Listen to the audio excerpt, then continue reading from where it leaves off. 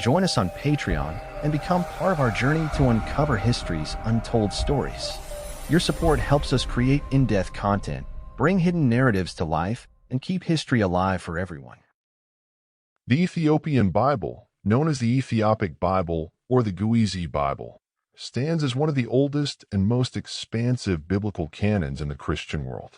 Its distinctiveness lies not only in its antiquity, but also in its inclusion of a vast array of apocryphal and deuterocanonical books that are absent from the canonical scriptures of most other Christian traditions.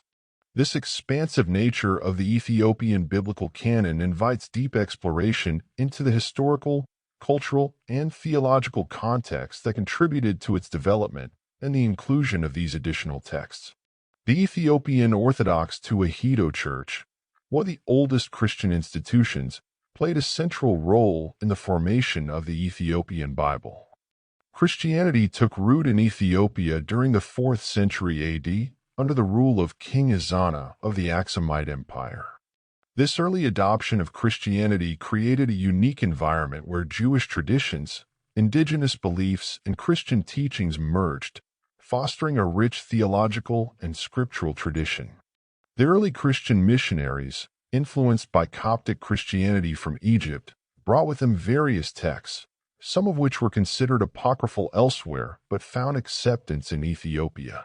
One pivotal factor in the inclusion of more apocryphal books in the Ethiopian Bible is Ethiopia's geographical and cultural isolation. Nestled in the highlands and surrounded by natural barriers, Ethiopia remained relatively insulated from the theological disputes and councils that shaped the biblical canon in the Western and Eastern Christian worlds. This isolation allowed the Ethiopian Church to develop independently, preserving ancient texts and traditions that other Christian communities discarded. The Ethiopian Church's canon thus reflects a form of Christianity that remained closer to its early roots, unaltered by the later ecclesiastical decrees that led to the exclusion of certain texts elsewhere. The Ethiopian Bible includes several books that are considered apocryphal or deuterocanonical in other traditions. Among these are the Book of Enoch, Jubilees, and 1 Maccabean, 2 Maccabean, and 3 Maccabean, which differ significantly from the Maccabees books found in Catholic and Orthodox Bibles. The Book of Enoch, in particular, holds a special place in the Ethiopian canon. This ancient Jewish text, attributed to the patriarch Enoch, provides elaborate narratives on angels, demons, and the nature of the cosmos, themes that deeply resonated with Ethiopian theological and cosmological views. The preservation of the Book of Enoch in Ethiopia, while it was lost to the Western world for centuries, underscores the Ethiopian Church's role as a guardian of early Judeo-Christian literature. Cultural syncretism also played a significant role in the Ethiopian Church's acceptance of additional apocryphal books.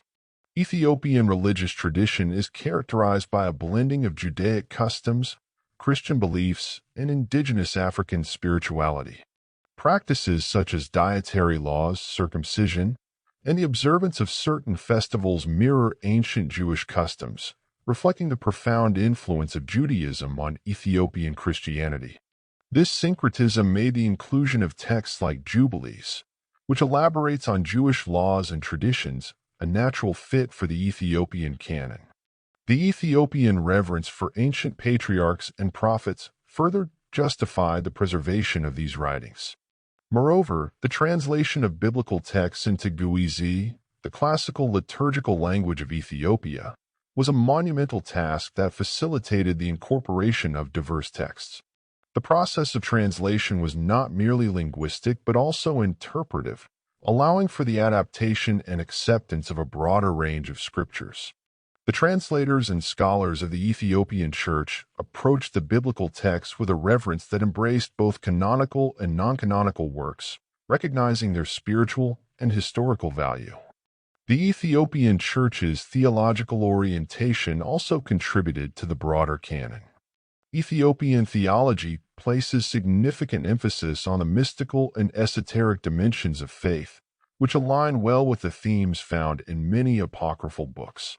Texts like the Book of Enoch, with its detailed accounts of heavenly realms and angelic hierarchies, complemented the Ethiopian Church's mystical teachings. This theological openness to mysticism and esotericism created a fertile ground for the acceptance of apocryphal literature.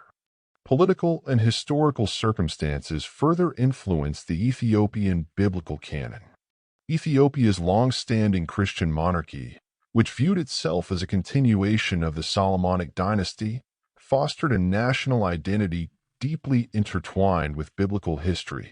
The Keber Nagast, a pivotal Ethiopian text, narrates the Solomonic lineage and the transfer of the Ark of the Covenant to Ethiopia, reinforcing the nation's biblical heritage.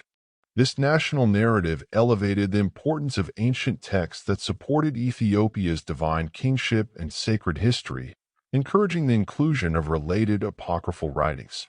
The Ethiopian Church's ecclesiastical structure and monastic tradition also played crucial roles in preserving apocryphal books. Monasteries in Ethiopia have historically been centers of learning, manuscript preservation, and theological reflection. Monastic scholars meticulously copied and studied a wide range of texts, ensuring the survival of both canonical and apocryphal books. This monastic dedication to scriptural preservation contributed to the rich and expansive Ethiopian biblical canon. Additionally, the Ethiopian Church's resistance to external ecclesiastical influence allowed it to maintain its unique scriptural tradition.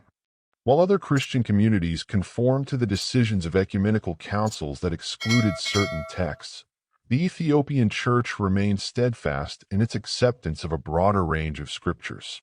This independence was both a product of Ethiopia's geographical isolation and a deliberate theological choice to preserve ancient traditions. The Ethiopian Bible's inclusion of more apocryphal books also reflects a broader understanding of divine revelation and scriptural authority. The Ethiopian Church views the Bible as a dynamic collection of texts that convey God's ongoing relationship with humanity. This perspective allows for the inclusion of diverse writings that offer spiritual insights, moral teachings, and historical narratives. The Ethiopian approach to Scripture is thus more holistic, recognizing the value of various texts in guiding the faithful. In conclusion, the Ethiopian Bible's expansive canon, enriched with numerous apocryphal books, is a testament to Ethiopia's unique historical, cultural, and theological journey. Factors such as early Christian adoption, geographical isolation, cultural syncretism, theological orientation, and a strong monastic tradition all contributed to the preservation and inclusion of these additional texts.